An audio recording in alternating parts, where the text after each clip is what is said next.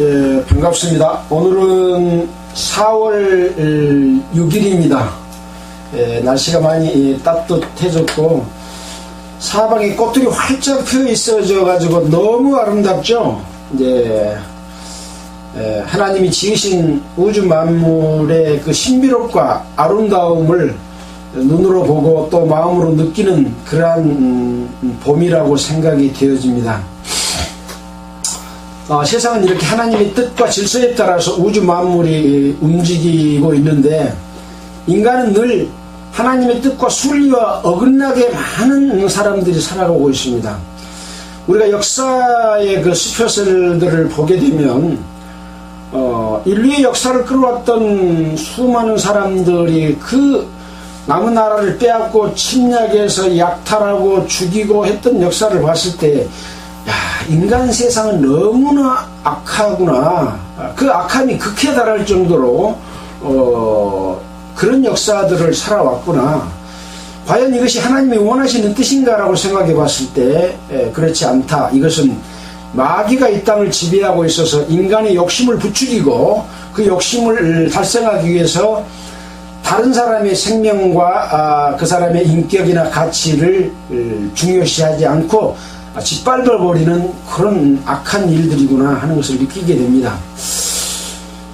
우리나라도 이제 대통령이 헌법을 위반함으로 말미암아 탄핵이 인용돼서 새로운 정치 질서 나라가 지금 세워질 걸로 그렇게 기대하고 있고 또 그렇게 되기를 우리는 함께 기도하고 하나님께 구하는 마음을 가져서 우리가 대한민국에 살고 있으면서 우리가 하나님을 공경하고 올바른 믿음을 가지고 살아가는 데 있어서 그런 분위기가 형성되는 나라가 됐으면 좋겠다 그런 생각을 갖게 됩니다.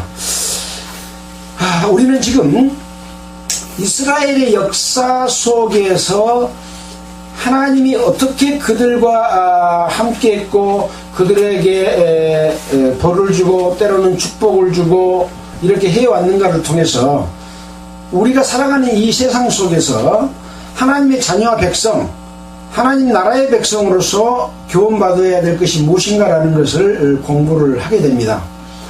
그래서 기독교도 하나의 종교화되어 버리는 이 세상에서 볼 때 하나님이 아닌 신을 섬기는 마귀의 종교가 있고 하나님을 섬긴다고 하면서 하나님 뜻과 반하는 종교적인 형태로 가버리는 기독교를 우리가 보게 됩니다.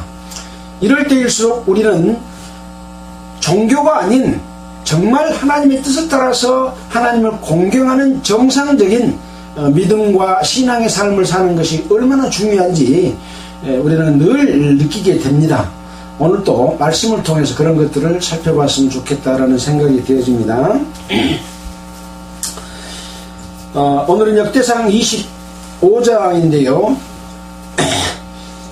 이스라엘 사람들의 직분에 대해서 하나님의 백성인 이스라엘 사람들이 어떤 직분을 가지고 어떤 일을 해야 하는가 라고 하는 그런 부분에 대한 내용들이 쭉 기록이 되어 있습니다.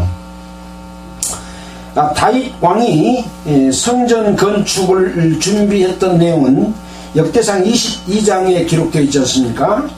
그 이후에 이스라엘 사람의 일에 대한 내용이 기록이 되어 있습니다. 성전 건축을 준비하고 이스라엘 사람들의 하나님의 백성 이스라엘 사람들이 그 성전에서 어떻게 하나님을 섬기고 공경할 것인지에 대한 일인 거죠. 그러니까 우리가 세상에서 살아가는 우리의 일이라고 하는 것은 세상 가운데서 부귀와 영화를 누리고 우리가 행복에 살고 그런 것이 아니라 하나님의 전인 교회 안에서 우리가 어떻게 하나님을 공경하고 살아갈 것인가가 성도들의 일, 하나님의 백성이 일이 돼야 된다라고 하는 것을 의미해 준다라고 볼 수 있습니다. 첫째로 23장에서는 레위 사람의 일에 대해서 기록이 되어 있습니다. 다윗이 나이 많아 늙으며 아들 솔로몬으로 이스라엘 왕을 삼고 방백과 제사장과 레위 사람을 한 군데 모았습니다. 23장에 보니까 레위 사람을 30세 이상으로 숫자를 세어보니까 남자가 38,000명이었다라고 기록을 하고 있습니다. 이 38,000명은 레위 사람입니다. 이스라엘 백성은 12지파가 있는데 레위 지파는 하나님의 일을 맡아서 하는 사람들인 거죠. 우리 성도들은 하나님의 백성이지만 모든 성도가 하나님의 일을 맡아서 하는 그런 위치에 있는 사람들입니다. 그래서 베드로전서에는 왕같은 제사장이다 라고 이렇게 말씀해 주고 있습니다.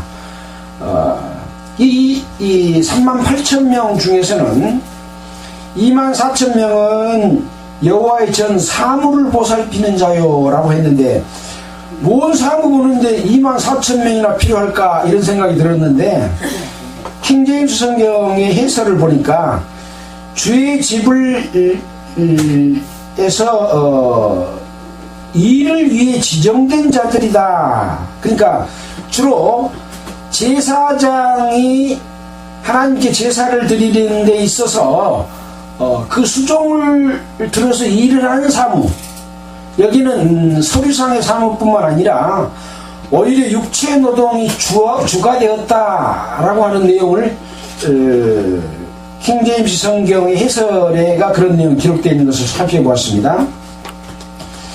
그 다음에 6,000명은 유사와 재판관이요. 여기도 직무 수행하는 자, 또 재판관, 이렇게 킹제임스에서는 번역을 해놨더라고요. 4,000명은 문지기요. 4,000명은 여호와를 찬송하는 자라. 그래서 여호와의 전에서 하나님께 제사 드리면서 했던 일의 내용은 여호와의 전에서 사물을 보는 일, 제사 드리는 일 중에서 또 역할을 맡아서 하는 일들, 그 다음에 유사와 재판관, 문지기, 여호와를 찬양하는 찬송, 이런 내용이 바로 성전에서 이스라엘 백성들이 하는 일이었다라고 생각을 해보게 됩니다. 어떻게 보면 이 모든 것들이 하나님의 일인 거죠. 그래서 성도들이 살아가는 데 있어서 하나님이 일을 한다고 하는 일도 이 범주 안에 속해 있다라고 생각을 하면 틀리지 않을 것입니다. 이런 일을 하는 데 있어서 이스라엘 백성들은 각 족속을 따라서 반열을 나누었고 각각 그들에게 직분을 주어서 일을 하게 했습니다. 제사장은 레위 사람 중에서 아론의 자손이 맡게 되고, 또 레위 사람의 다른 각 사람들 종족들은 제사장을 돕는 그러한 수종드는 역할을 담당하게 되는 거죠. 그래서 그런 일을 맡길 때 아론 자손의 반차가 일을 하다라고 그 반차를 쭉 기록을 해놨어요. 반차가 뭘까요? 반차는 무슨 반차냐면 반열 반차입니다. 반열이란 말은 차례를 의미합니다. 차례 순서. 그 다음에 버금차, 다음. 순서는 뭐냐? 그러니까 결국은 반차라고 하는 것은 차례와 순서가 있다라고 하는 것을 의미합니다. 모든 사람이 한꺼번에 일을 하는 것이 아니라 차례와 순서를 따라서 일을 하게 된다. 반차를 따라서 일을 하게 된다라고 하는 것을 보여주고 있습니다. 자, 그래서 이 아론의 자손의 반차면 아론의 아들이 몇 명이었던가요? 4명이었습니다. 그래서 반차를 따라서 나답과 아비후가 먼저 제사장 역할을 했죠. 근데 나답과 아비후가 제사 지내다가 어떻게 됐나요? 하나님이 명하시지 않는 다른 분으로 제사 지내다가 즉사해버렸습니다. 하나님께 벌을 받아서 제사 지내다가 죽었어요. 그러니까 예배드리다가 죽을 수도 있는 것을 우리에게 보여주고 있는 그런 사례입니다. 그래서 그 다음 반차로 엘르아살과 이다말이 그 직분을 맡게 됐고, 그 엘르아살과 이다말의 후손 중에서 각기 반차를 따라서 제사장의 직책을 하고 그 역할을 맡아서 하는 것이 이스라엘 역사 속에서 쭉 기록되어 있는 내용이고, 그 내용들을 지금 우리가 공부하고 있는 중입니다. 24장 3절에 보니까 제사장의 반열은 저희를 나누어 각각 그 섬기는 직무를 맡기고, 직무를 맡길 방법으로서는 제비를 뽑아 피차에 차등이 없이 나누었다 라고 하고 있습니다. 일의 역할을 먼저 한다고 높고 중요한 이치가 아니고, 제비를 뽑아서 순서 있게 하되 차등이 없이, 높고 낮음이 없이 나누었다 라고 하는 것을 보았을 때, 하나님의 일을 하는 사람들은 먼저하고 나중하고를 떠나서 차등이 없다, 높고 낮음이 없다, 똑같이 하나님의 백성으로서 일하는 것이다, 역할을 하는 것이다 라고 할 수가 있습니다. 역대상 24장 7절 18절에 보면 이와 같은 반차 순서로 여호와의 전에 들어가서 이스라엘 하나님 여호와께서 저희 조상 아론에게 명하신 규례대로 수종을 들더라. 결국은 하나님의 백성이 하나님 앞에 성전에서 제사 지내는 일을 하는 것은 제사장으로서 대제사장이 주도하는 일에 대해서 누구에게 명한 대로, 아론에게 명하신 규례대로 수종드는 일을 합니다. 교회 안에서도 하나님께서 우리에게 어떻게 예배드리라고 하는 그 예배 내용에 따라서 그것을 수종하는 일이지, 새로운 방법과 새로운 것을 만들어서 창조해서 갖다가 하나님 앞에 예배드리는 것이 아닌 거죠. 근데 지금 예배는 수많은 형식과 절차를 따라서 이것도 만들고 저것도 만들고 사방오만 잡다한 을 만들어서 혼잡하게 해서 그걸로 예배드린다 하다 보니까 얼마나 교회가 복잡해집니까? 성경은 그렇게 복잡하지 않습니다. 단순하게 아론에게 명하신 규례대로 수종을 들면 되는 겁니다. 교회도 복잡하지 않습니다. 20절로 31절까지는 레위 자손 중에 남은 자들로 반차를 따라서 제비를 뽑아 직임을 맡게 했다라고 하는 내용이 있어서, 비록 지금 순서가 안 돼서 남아있는 레위 자손이긴 하지만 그 뒤를 이어서 계속해서 일을 맡기고 일을 하도록 하는 그런 내용이 기록되어 있습니다. 하나님의 백성으로서 내가 맡아서 드리는 예배의 삶 속에는 내가 지금 하고 있는 일도 있고 앞으로 나에게 주어진 일을 할 수 있는 것도 있습니다. 내가 무엇을 해야 될지 늘 하나님께 기도하고 간구하면서 하나님이 들어쓰시는 그릇이 되도록 우리는 준비하는 과정이 필요하겠죠. 그래서 이 하나님께서 들어쓰실 때에는 그 사람의 지혜와 능력과 그 사람의 자질과 이런 모든 것들을 감안해서 들어쓰셨습니다. 그냥 쓰신 게 아닙니다. 또 그런 과정에서 또 노력하는 노력도 있습니다. 노래를 잘 부르는 사람도 있고 또 못 부르는 일반인들이 있는데, 잘 노래를 부르고 배운 사람들이 또 노래를 가르치기도 있습니다.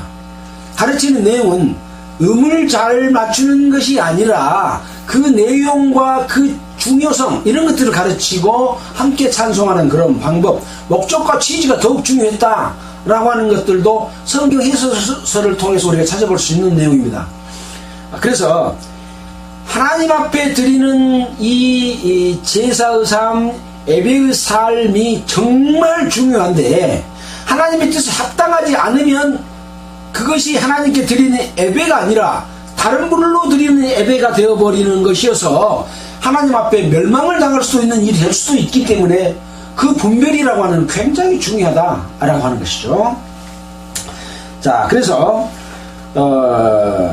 역대상 25장 8절에 보면 288명 모두 일례로 제비를 뽑아 직임을 얻었다라고 하면서 첫 번째부터 24번째까지 누가 그 역할로 제비를 뽑혔다 라고 하는 내용이 기록되어 있는 것을 우리는 살펴보았습니다. 여기가 이제 24장까지의 기록의 내용이고요. 오늘은 이제 25장입니다. 25장에는 어떤 내용이 기록이 되어 있나요? 찬송을 맡은 사람들이라고 주제를 그렇게 정해놨습니다. 찬송. 하나님 앞에 찬송한다고 하는 것은 어떻게 보면 우리의 삶이 하나님을 찬송해야 됩니다. 우리의 삶이 제물이 돼야 되고 우리의 삶이 하나님께 영광을 돌리는 찬송의 삶을 살아야 된다라고 하는 그런 큰 의미가 있는 것이어서 굉장히 중요한 내용이다라고 생각이 들었습니다. 자, 읽어가면서 한번 살펴보도록 하겠습니다. 다윗이 군대 장관들로 더불어 아삽과 헤만과 여두둔의 자손 중에서 구별하여 섬기게 하되 수금과 비파와 재금을 잡아 신령한 노래를 하게 하였으니 그 직무대로 일하는 자의 수요가 이러하니라. 다윗이 군대 장관들로 더불어라고 했습니다. 군대는 뭐하는 사람들이라고 했나요? 전쟁하는 사람들을 군대라고 했는데 여기서 찬송하는 사람들로서의 역할 중에 군대 장관이라고 하는 것은 전쟁을 위한 군대 총칼을 든 자가 아니라 이 찬송하는 역할을 맡은 자의 높은 위치에 있는 우두머리다.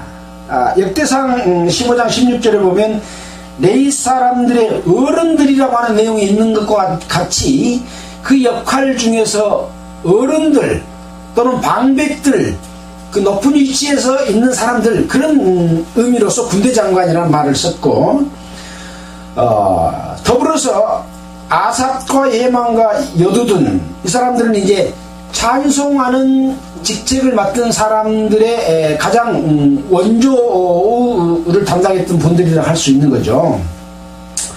그래서 구별하여 섬기겠다 라고 하는 내용도 중요한 내용입니다. 아무나 찬송할 수 있는 것이 아니라 구별하여 섬기겠다. 찬송하는 역할은 섬기는 역할에 속합니다.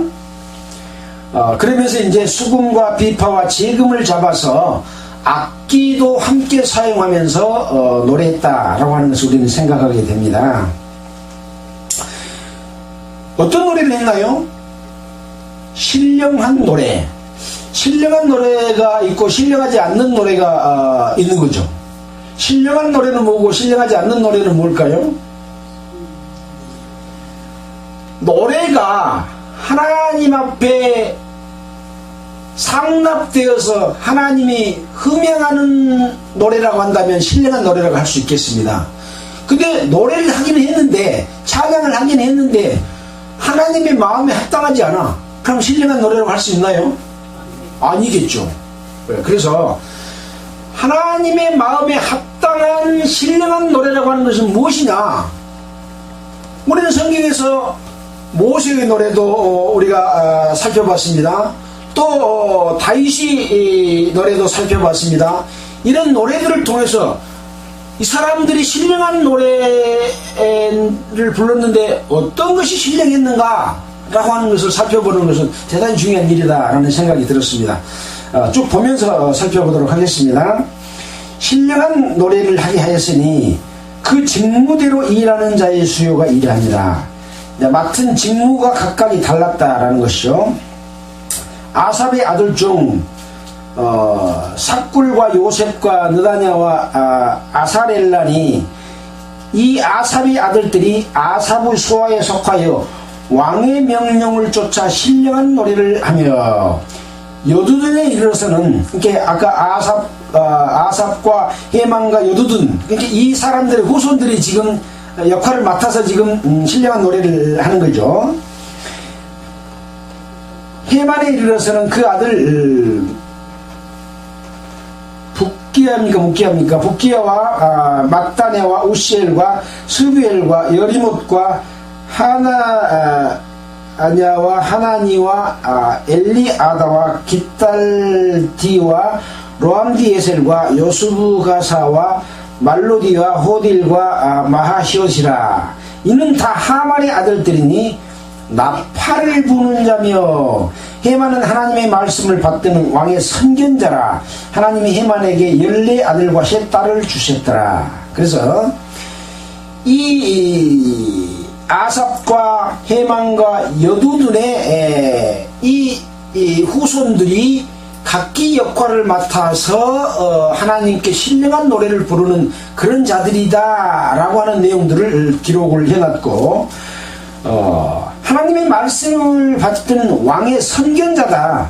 먼저 깨닫고 그것을 앞서서 행하는, 또 하나님께서 그런 지혜와 능력을 주시는 그런 사람들이었다라고 하는 것도 여기서 보여주고 있습니다.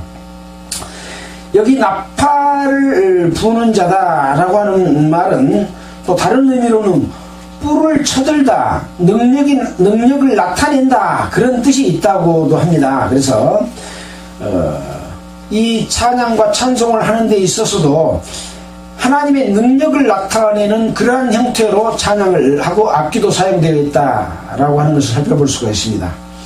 이들이 다 그 아비수아에서 속하여 재금과 비파와 수금을 잡아 여호와의 전에서 노래하여 섬겼으며, 그러니까 결국은 노래를 통해서 섬기는 일을 담당하는 일을 했다. 아삽과 여두둔과 헤만은 왕후 수하에 속하였으니 저희와 모든 형제 곧 여호와 찬송하기를 배워 익숙한 자의 수요가 288이니라. 이 찬송하는 자들도 익숙한 자, 먼저 이렇게 그 찬송을 하는 데에서 익숙해져 있다. 이 사람들은 288명이었다라고 하는 내용을 기록되어 있습니다. 그래서 이 무리의 큰 자나 작은 자나 스승이나 제자를 물어나고 일례로 제비를 뽑아 직임을 얻었다라고 지금 이야기를 하고 있습니다. 그러니까 288명이지만 큰 자든 작은 자든 스승이든 제자를 물어나고 제비를 뽑아서 이 노래하는 직임을 맡겼다라고 하는 것이죠. 288명은 찬송하기를 배워서 익숙한 자라고 한다면 이들에게 또 배울 사람들은 또 누가 있겠습니까? 23장 5절에 이런 내용이 있죠. 23장 5절에 보면 사천은 문지기요 사천은 다윗의 찬송하기 위하여 지은 악기로 여호와를 찬송하는 자라. 이 밑에는 4,000명이나 되는 찬송하는 자가 있는 거죠. 그래서 이 288명이 4,000명에게 찬송을 지도하고 가르쳤다라고 생각해 볼 수 있는 그런 부분이라고 할 수 있습니다. 자, 그래서 그걸 맡길 때는 제비를 뽑아서 맡겼다라고 하면서 첫째는 삭굴이고 첫째는 아삽이고 아삽의 아들 중에 요셉이고, 둘째는 그달리아고, 셋째는 삭굴이고, 넷째는 이스란이고, 다섯째는 느다냐고, 여섯째는 북기야다. 이렇게 쭉 이름이 써졌죠.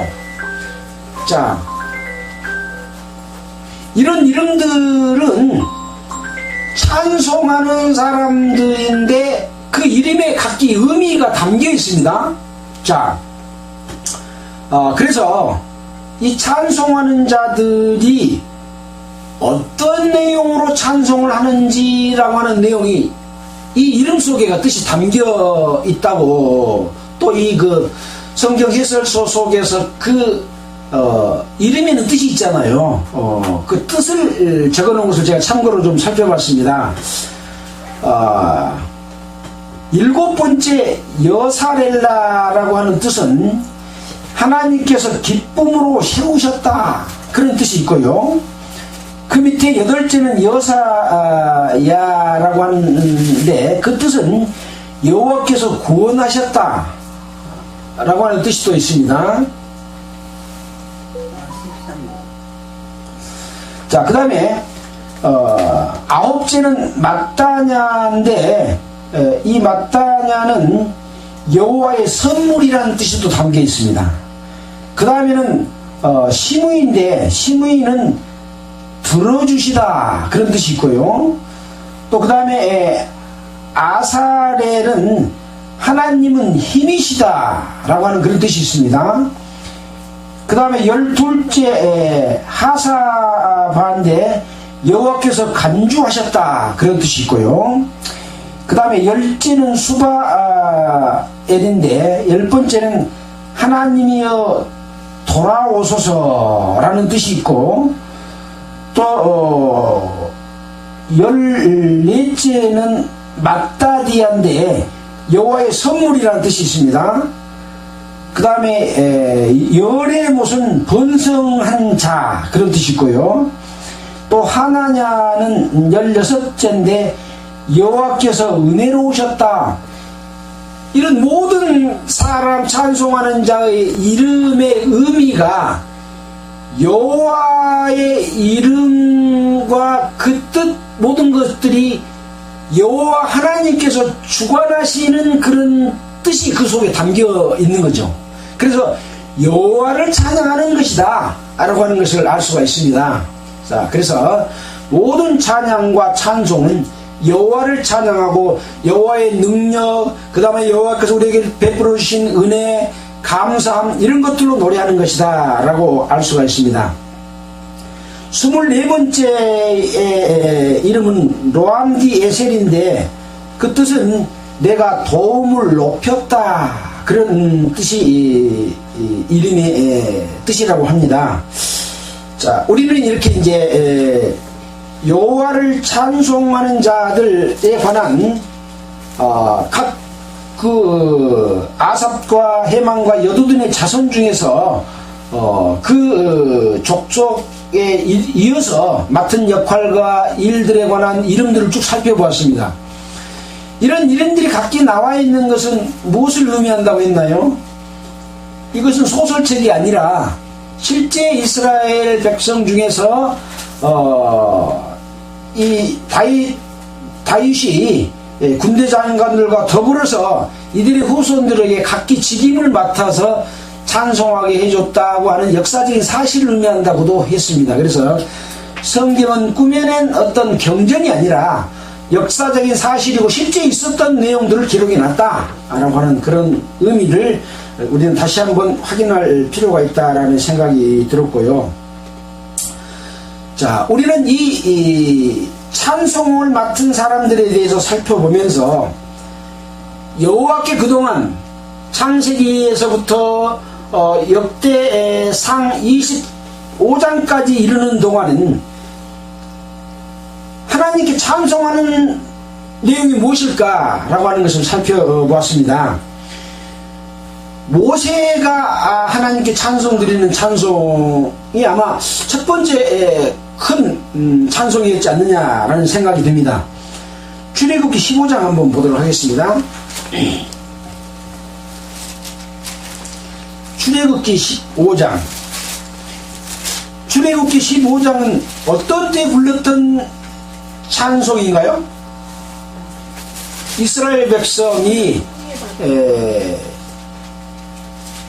애굽의 종살이를 하다가 하나님께서 이스라엘 백성들을 구원해내서 홍해를 건너서 그 찬송을 했던 모세의 노래입니다.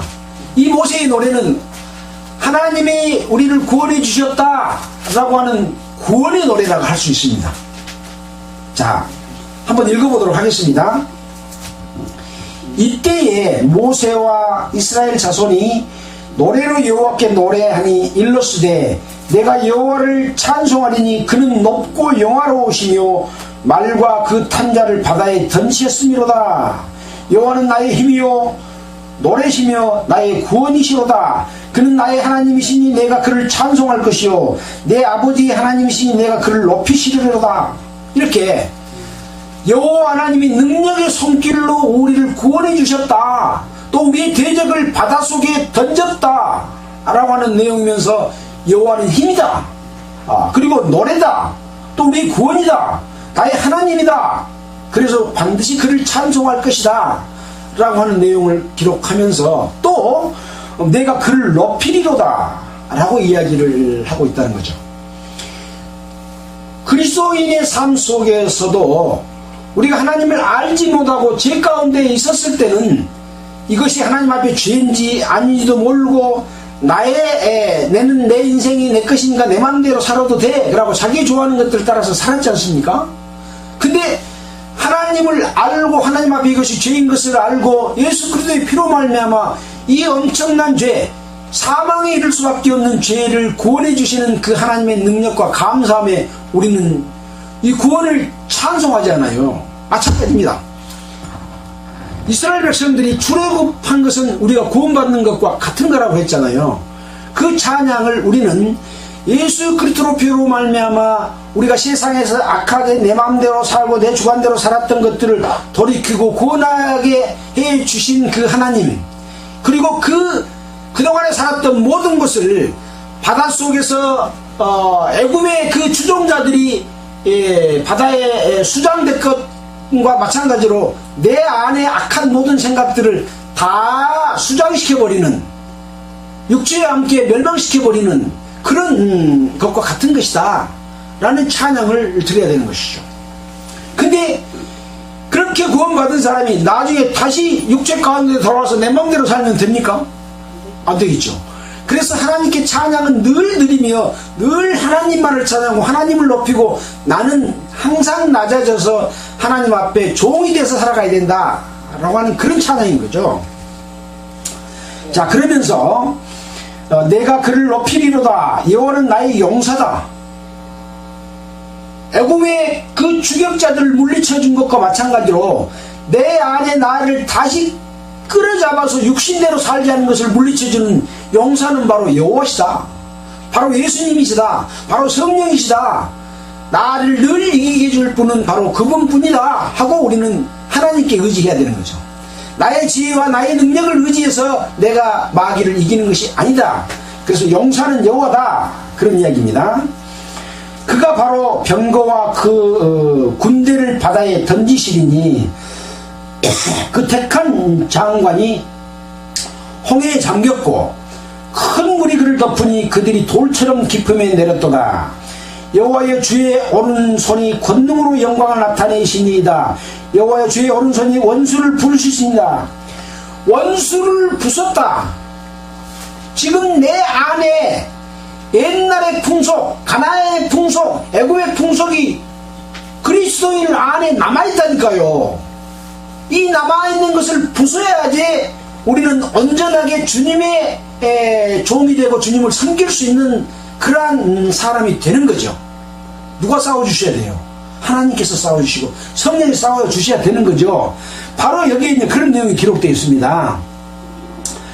여호와의 주의 오른손이 권능으로 영광을 나타내시니이다. 여호와의 주의 오른손이 원수를 부수시나이다.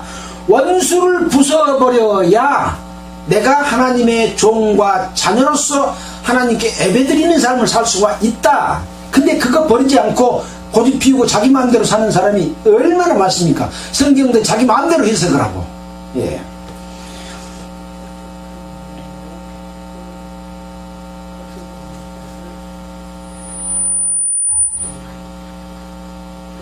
아, 7절입니다. 주께서 주의 큰 이음으로 주를 거스리는 자를 엎으시나이다. 주께서 진노를 바라시니 그 진노가 그들을 초계같이 사르니이다. 주의 콧김에 물이 쌓이되 파도가 언덕같이 일어서고 큰 물이 바다 가운데 엉기니이다. 대적의 말이 내가 쫓아 미쳐 탈취물을 나누리라. 내가 그들로 인하여 내 마음을 채우리라. 내가 내 칼을 빼리니 내 손이 그들을 멸하시리라 하였으나 주께서 주의 바람을 일으키심에 바다가 그들을 덮으니 그들이 흉흉한 물에 납같이 잠겼나이다. 여호와여 심중에 주와 같은 자가 누구이까? 주와 같이 거룩함에 영광스러우며 찬송할 만한 위엄이 있으며 기이한 일을 행한 자가 누구니까? 세상에는 많은 신과 많은 주가 있습니다. 종교도 불교도 있고 기독교도 있고 다른 여러 종교와 종파들이 많이 있습니다. 다른 신이 세상에 미신까지 포함해서 수만 가지 신들이 있습니다. 그러나 이와 같은 주께서 행하신 것과 같은 큰 일을 행하시는 신이 어디가 있습니까? 오직 여호와 하나님만 우리의 주십니다 라고 하는 거죠.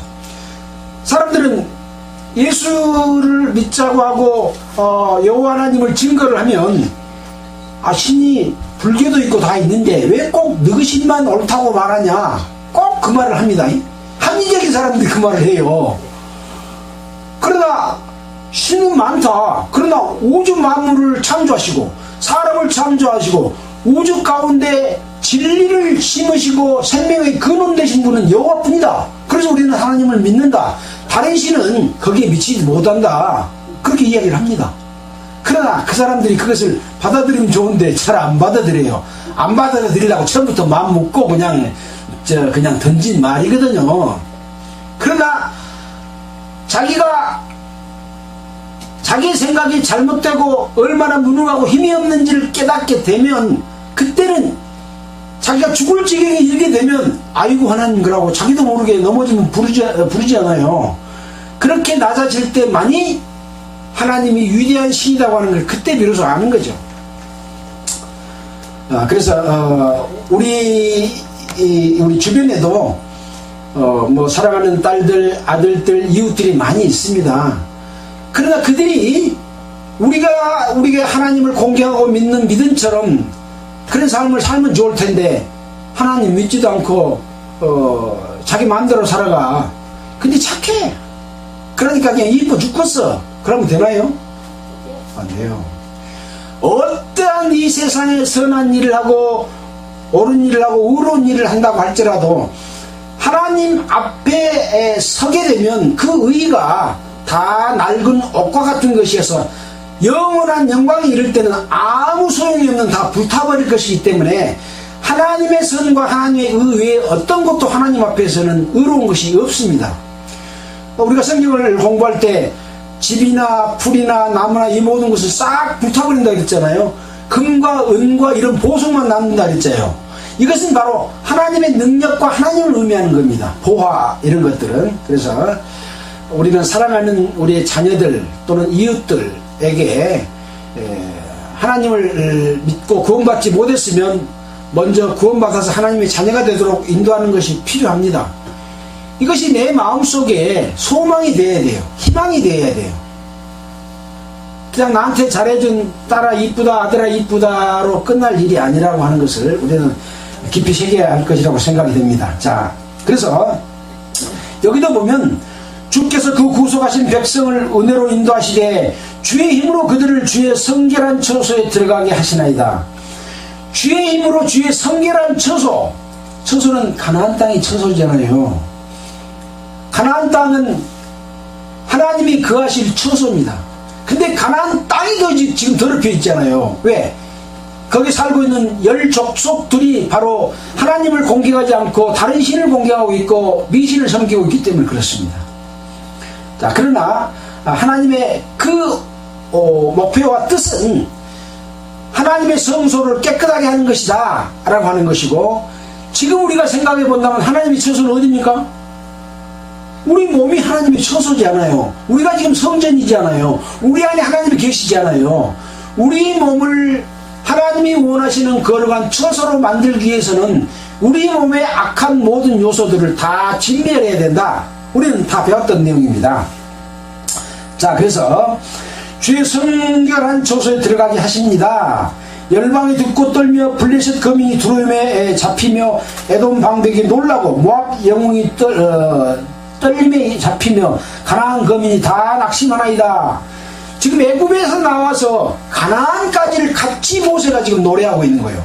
우리를 가나안 땅에 들어가게 하실 때 주께서 우리를 거룩한 처소로 들으십니다 하면서 그들이 놀라고 떨며 다 멸망할 것을 지금 미리 이렇게 알려주고 있는 내용이지 않습니까? 왜? 모세는 가나안 땅에 못 들어갔습니다. 놀람과 두려움이 그들에게 미침에 주의 팔이 큼을 인하여 그들이 돌같이 고요하여 싸우되 여호와의 주의 백성이 통과하기까지 곧 주의 사신 백성이 통과하기까지였나이다. 주께서 백성을 인도하사 그들을 주의 기업의 산에 심으시리로다. 여호와여 이는 주의 처소를 삼으시려고 예비하신 것이라. 주여 이것이 주의 손으로 세우신 성소로소이다. 여호와의 다스림이 영원 무궁하시도다. 바로 이 모세의 노래가 이스라엘 백성들을 세상에서 애굽에서 구원해내서 광야를 거쳐서 가나안 땅에 들어갈 것까지, 가나안 땅은 여호와의 성소다, 그리고 여호와의 다스림이 영원할 것이다 라고 하는 것까지를 예언해 놨습니다. 그러나 가나안 땅에 들어간 이스라엘 백성들이 이것이 이루어졌나요? 안 이루어졌나요? 안 이루어졌습니다. 어디서 이루어질 겁니까? 지금 하나님의 백성인 교회를 통해서 마지막에 그것이 이루어집니다. 이스라엘은 표본일 뿐이지, 하나님의 뜻을 알려주는 그런 역사적인 내용일 뿐이지, 가나안 땅에서 이 하나님의 뜻이 이루어지지 않았습니다. 표본으로 보여주는 것일 뿐이고, 그들이 이루어지지 못한 것은 무엇이냐라고 알려주면서 교회를 통해서 영원한 영광에 들어갈 여호와의 다스림이 영원 무궁하실 그곳은 거룩한 성 새 예루살렘에서 이루어질 일이라고 하는 것을 보여주고, 제발 거기에 들어가도록 너희들은 그렇게 살아라. 그걸 지금 모세의 노래에서 부르고 있다라고 하는 것을 우리는 살펴보게 됩니다. 그래서 모세의 노래는 찬양이고 찬송인 거죠. 이런 찬송을 해야 됩니다. 자, 또 살펴볼까요? 신명기 32장에 모세의 노래가 또 있습니다. 신명기 32장.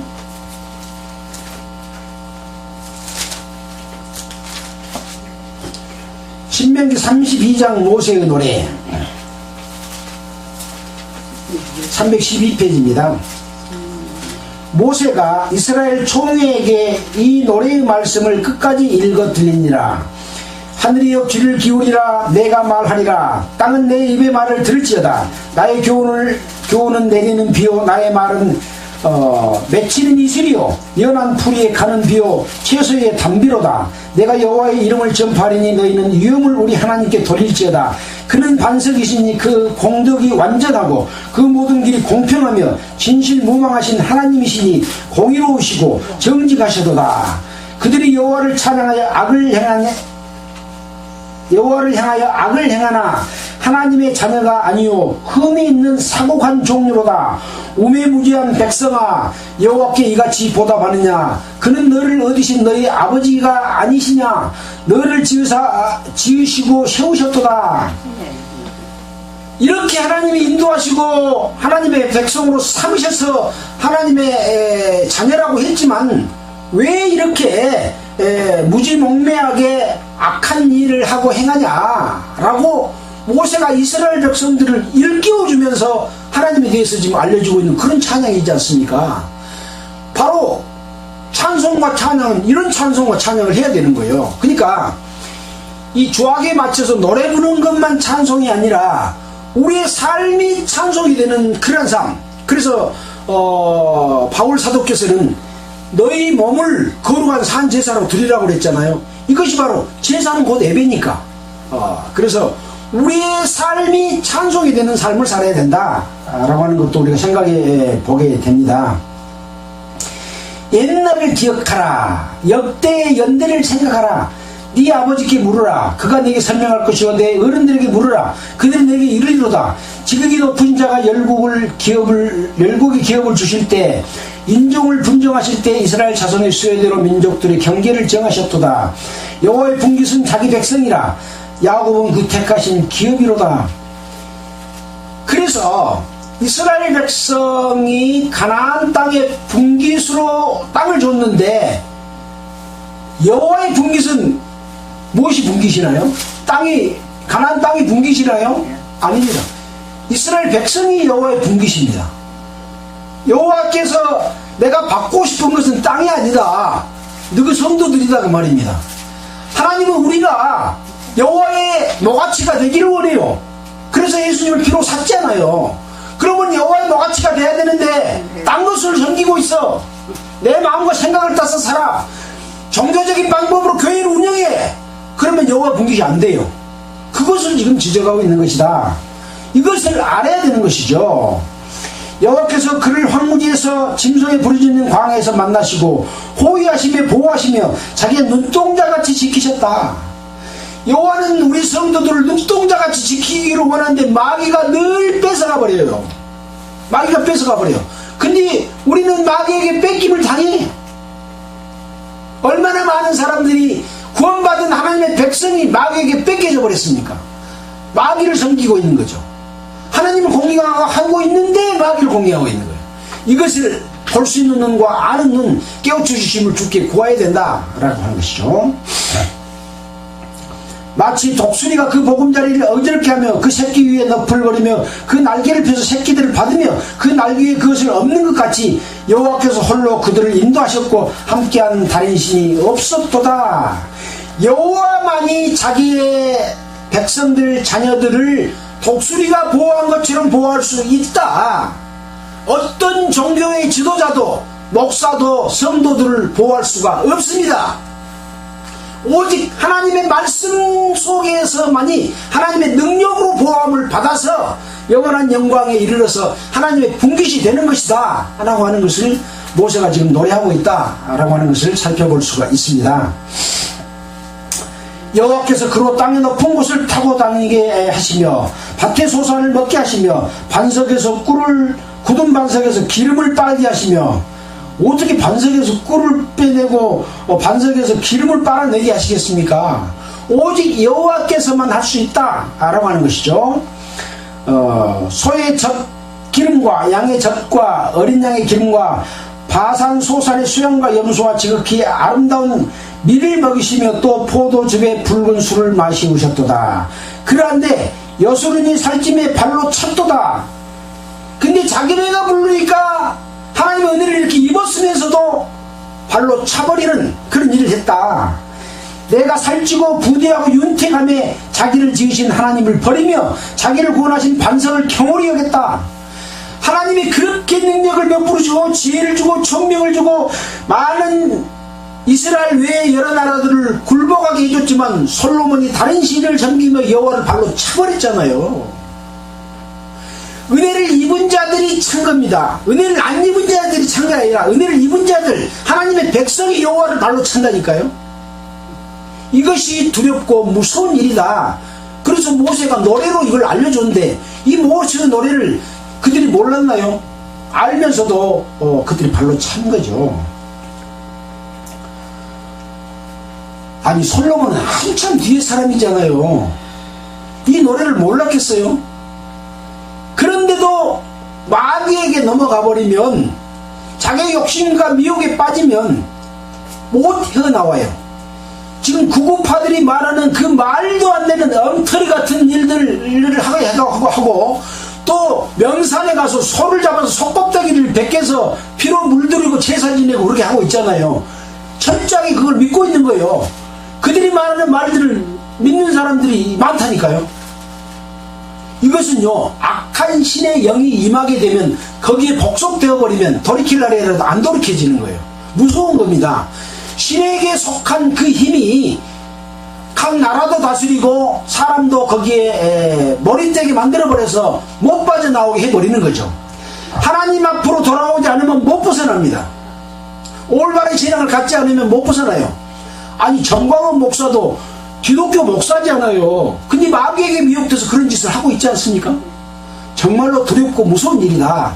오직 우리는 하나님만 의지해야 된다 라고 하는 것을 우리는 생각해 보게 되는 중요한 그런 내용이라고 할 수 있습니다. 여수린이 살찜에 발로 쳤도다. 네가 살찌고 부대하고 윤택하게 하며 자기를 지으신 하나님을 버리며 자기를 구원하신 반석을 경홀히 여겼다. 그들이 다른 신으로 그의 질투를 일으키며 가증한 것으로 그의 진노를 격발하였도다. 그들은 하나님께 제사하지 아니하고 마귀에게 하였으니 곧 그들의 알지 못하던 신, 근래에 일어난 새 신, 너희 열조에 두려워하지 않던 것들이로다. 너를 낳은 반석은 네가 상관치 아니하고 너를 내신 하나님은 네가 잊어버렸도다. 하나님을 잊어버린 거예요. 나를 구원해 주신 예수 그리스도의 피의 능력을 잊어버린 거예요. 내가 내 자신을 구원할 수 있다고 말하고 있는 거예요. 우리의 노력과 우리의 올바른 행동들이 하나님이 우리를 이렇게 축복해 주고 있다, 그렇게 교만한 마음을 갖는 거예요. 부하고 배부르니까. 여호와 은혜가 너무 많으니까. 많아서 몰라. 귀한 줄 몰라. 여호와께서 보시고 미워하였으니 그 자녀가 그를 경록해 한 연고로다. 자녀가 경록해요. 저 이방 사람이 경록해요. 하나님의 자녀가 경록해 한다니까요. 구원받은 사람이 하나님을 경록해요. 이걸 알아야 되는데, 우리는 구원받았으니까 하나님을 경록해 안 해. 우리가 어떻게 살든지 하나님 우리를 지켜주고 보호해줘. 아까 독수리가 이렇게 그 새끼를 무언가 보여주십니다. 근데 하나님을 공경하지 않고 자기를 믿고 하나님을 차버리면 하나님이 안 지켜준다니까요. 우리는 그것을 이스라엘 역사를 통해서 수없이 배워왔는데 이걸 안 믿어요. 절대 안 믿어요. 하나님은 우리가 너무 크다고 안 믿어. 그렇지 않습니다. 하나님은 아무리 은혜를 주셔도 악한 것에 대해서는 반드시 벌하고 심지어는 끌어내버리기도 하고 죽이기도 합니다. 제사장들도 죽여버렸잖아요. 여호와의 말씀에 내가 내 얼굴을 숨겨 그들에게 보이지 않게 하고 그들이 종말의 헛담을 보게 하리니 그들이 심히 피해간 종류요 무신한 자녀이미로다. 무신한 자녀가 뭡니까? 무신은 뭐요? 믿지 않는 자녀다, 그 말입니다. 뭘 안 믿어요? 여호와 은혜와 사랑을 믿지 않고 능력을 믿지 않고 자기 생각과 자기 능력과 자기 여호와 은혜가 너무 크니까 이런 것도 용서해 줄 거야. 용서 안 해줘요. 믿지 않는 거예요. 여호와를 올바로 믿는 믿음이 없는 자다, 그런 이야기예요. 무신한 자녀다, 그 말입니다. 그들이 하나님의 아닌 자로 나의 질투를 일으키며 그들의 허무한 것으로 나의 진노를 격발하였으니 나도 백성이 되지 아니한 자로 그들이 시기나게 하고 하며 우준한 민족으로 그들의 분노를 격발하게 하리로다. 그러니까 너희들은 다른 이방을 들어서 그들의 포로가 되게 만들어버린다. 그래서 이스라엘이 바벨론에게 포로 잡히고 앗수르에 포로 잡혀버리는 그러한 불행을 결과적으로 얻었다. 그러면 하나님의 기업 속으로 들어간 거예요? 못 들어간 거예요? 못 들어가 버린 거예요. 멸망당하는 거예요.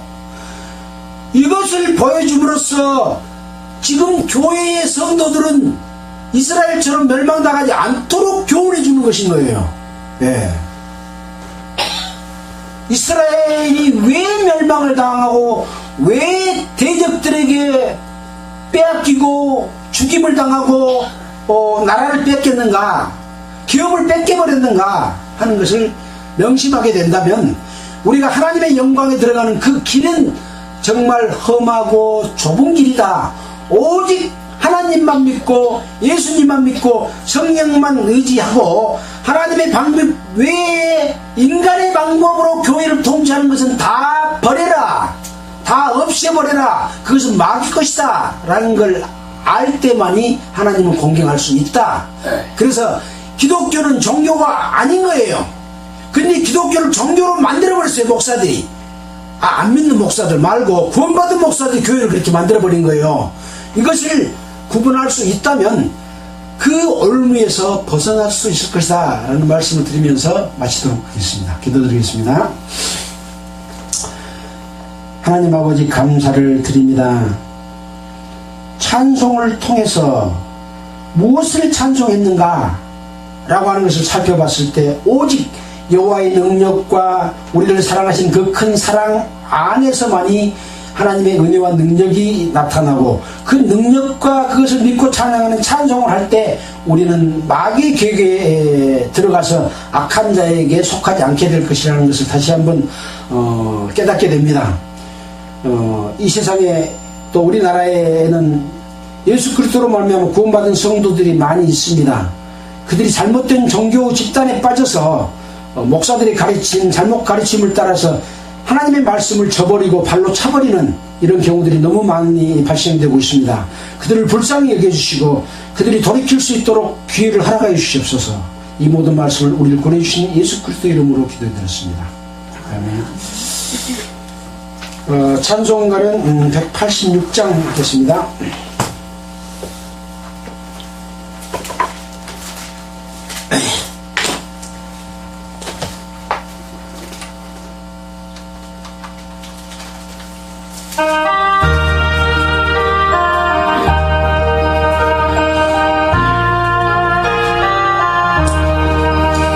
내 주의 보혈은 정하고 정하다 내 죄를 정케 하신 주 날 오라 하신다 내가 주께로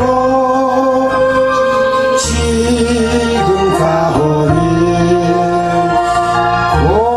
골고다의 보혈로 날 씻어 주소서 약한 주에도 주께로 나가며 힘주시고 내 주함을 고시서 주시네 내가 주께로 지금 가오니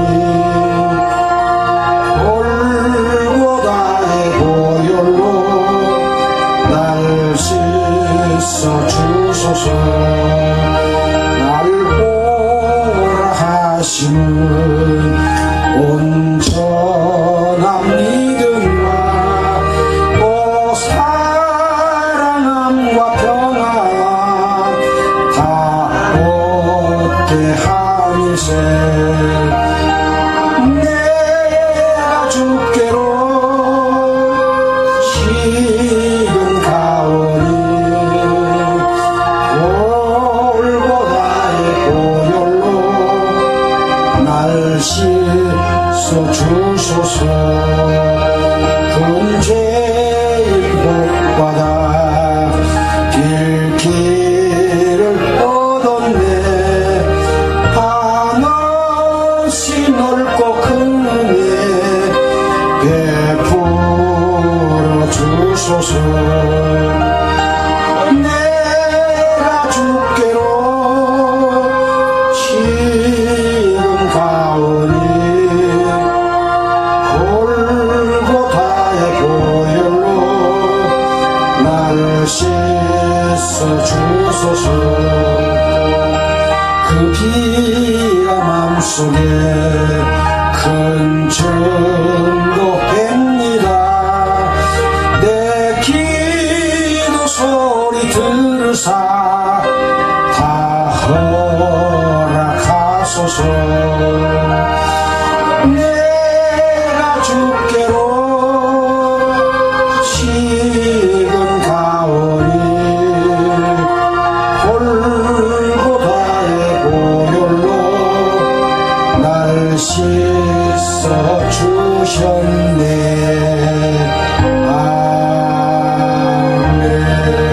아멘.